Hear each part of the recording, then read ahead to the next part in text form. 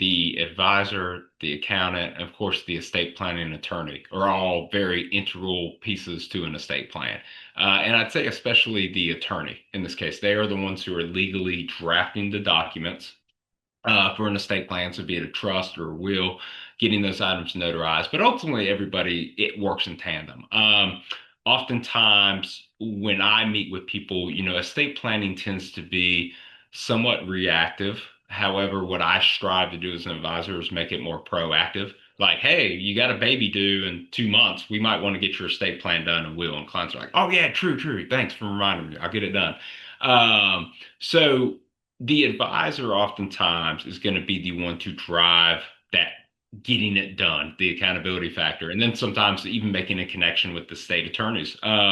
Many people may work with the state attorney once, two, maybe three times in their entire lifetime. So, that estate attorney is not someone that they just know. Oftentimes they want a trusted professional. And again, they want somebody who works in their situation, who's familiar with them. So two opposite ends of the spectrum is if you're a W-2 employee, married, two kids, and let's say, for example, you make $250,000 a year, your estate plan is going to be very different than, let's say, you have dual citizenship in the US and Netherlands, you run a business, you have significant real estate everywhere, and you have children from another marriage.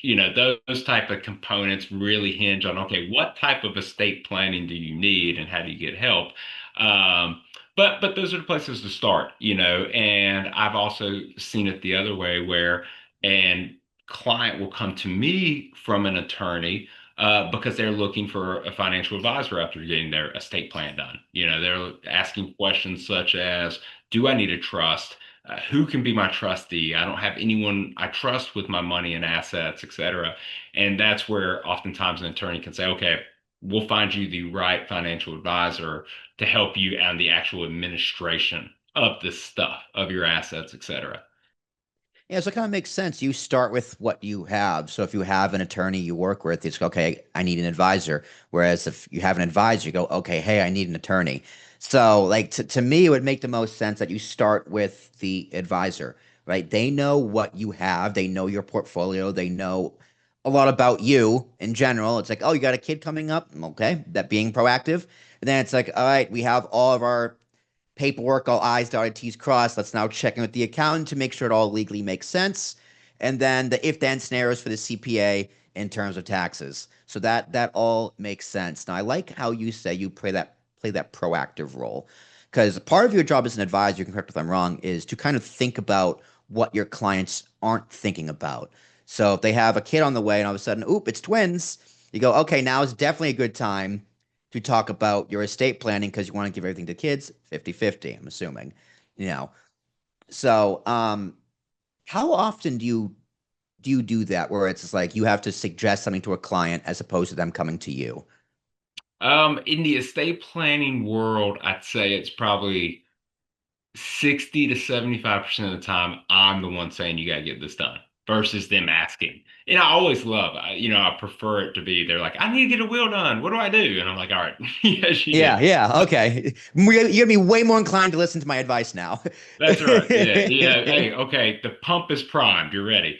But the reality is estate planning and the conversations around dying, being disabled, those things, aging, they're not pleasant. So naturally, most people are going to, file it on the back and say, I'll get to it when I get to it. So that's the biggest hiccup or roadblock for a lot of people. But again, I've also seen it, and this is an unfortunate part of it where people have to handle an estate for a family member. And let's say, for example, that family member either did a really good job, so it was very easy and streamlined, or it was not done. And they come back and they're like, oh my God, I do not want my kids to go through this. This was horrible. So those times, those interactions often prompt people as well of like real world experience. Like, man, I went through this. My experience was really good or was really bad, and now I'm going to make my plans based on that experience too. Right. So what are some big hurdles that people have to go through when doing this type of planning? Obviously, one is talking about it, starting with communication. It's amazing how many problems can we solve with good communication. But big hurdles either in division of assets, talking to your spouse, talking to your partner, talking to your kids. How do you conquer those hurdles in terms of financial estate planning? The big hurdles, of course, especially with working with couples, are oftentimes the people they're going to name for the parties: executor, trustee, guardian of their children. That's a hard conversation to have. And even my wife and I, we talked about that because we've got family members we love who may not be good with money. We've got family members we love who may not be able to handle our stuff emotionally or physically or geographically. So that's a big piece. And when you have two couples, you have two different families. So I've had that conversation a lot of times with my clients where they're like, I want my brother to be a guardian. He's great with kids. And the other spouse says, yeah, but he's a gambler and also a drunk. So do we want to leave all our money with him? And they're like, oh, all right, Andrew, what do we do? So we're going back to having at least some synergy, some agreement on these things if it's a couple. But then the other roadblocks I've seen for a lot of people are analysis paralysis. They get too wrapped up in, yeah, well, I want to do this, I want to do that. Well, I might want to do this, I might want to do this. And I tell people all the time, I say, just make a plan. You can always revise it. But more importantly, make sure your core people are taken care of, your spouse and your children. If that's done, then worry about donating your baby grand piano to your church or whatever. You might want to do the ancillary things. So people do get hung up on a lot of those items. And then I'd say the big one too, honestly, Will, is cost, like anything in life. People hear attorney, they hear financial advisor, estate planning, and then they think, how much is this going to cost me? So, like most things in life, any service type profession, a lot of people are reluctant to pursue it because they don't know what it costs, or they're afraid it's going to be $10,000 or five, or whatever, some exuberant amount of money where they're like, oh, I don't want to pay for that. So that's a big detriment oftentimes for people too, is the unknown awareness of what this actually does cost them. Yeah, I can imagine it's not cheap. I can't see anything with the lawyer ever being cheap, but it should be a pretty straightforward process, especially if you're already working with the advisor or vice versa. If you're working for the attorney and you're trying to find the advisor, it probably, if you already have everything together, if the less work they have to do, the cheaper it should cost, at least theoretically. But if not, like that could be a big red flag. So when you're out there looking for the right professional, give me some green flags to look out for, like, okay, that's a good choice, and some red flags to avoid, like, oop, no, thank you, for an advisor as well as an attorney. Yeah, let's start with the attorney first. So green flags, very prompt, very responsive, and they take a very, what I would say, non-textbook approach to estate planning. Because again, these are hard conversations. And the best attorneys I know that do estate planning are the ones where they're very relatable. They can get into the weeds, but they also are able to guide clients without being like, here, fill this out and get it back to me. And the client's like, but what if I want to ask questions? And the attorney's like, you will not ask me questions.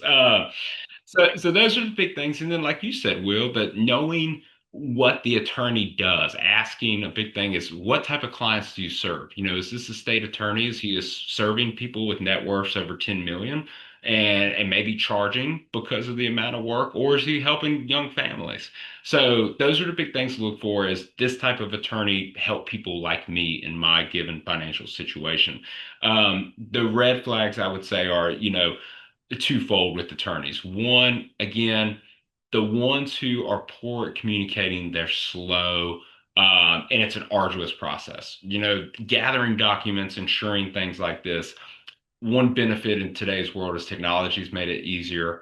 And the estate planning process can be a lot easier than it used to be. Like I remember my grandfather told me when his parents died, he said, yeah, like I literally had to go get their actual stock certificates and bond certificates and bring them down to a bank and get it, so things are a lot easier now, but is the attorney embracing that? And then the other red flag again is the attorney who dabbles in estate planning, but they're not an estate planning attorney. So think of law like medicine.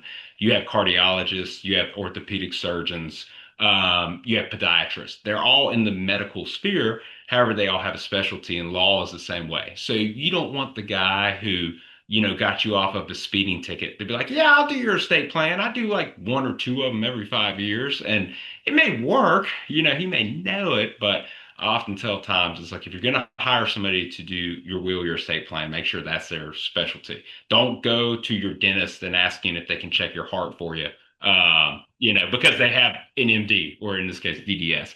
So on the advisor side, the biggest green flag is an advisor again who is very knowledgeable in estate planning. I would say up until the last few years, I delegated so much of my estate planning conversations to other advisors who knew more than me and were better at it because it's complex. I mean, it's a lot of moving pieces, and I didn't want to screw it up for my clients. So, if you work with an advisor, make sure either they're really good in it or they have a team or, other advisors surrounding by them who can be.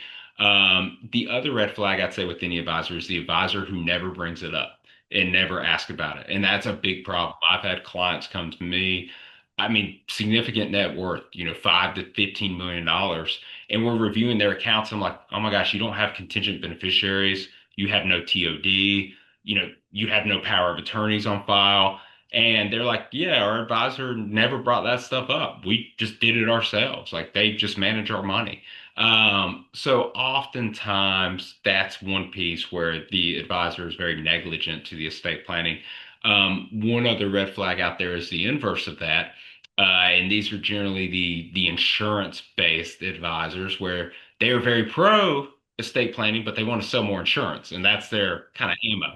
Let's talk about your estate plan. Let's review your plan. Oh, you need a second to die life insurance policy, or you need more, whole life insurance for this, blah, blah, blah, blah, blah. So always go into that relationship with the question, what do you do? How do you do it? Who do you serve? And how do you charge? And that's the questions to ask the attorney and the advisor.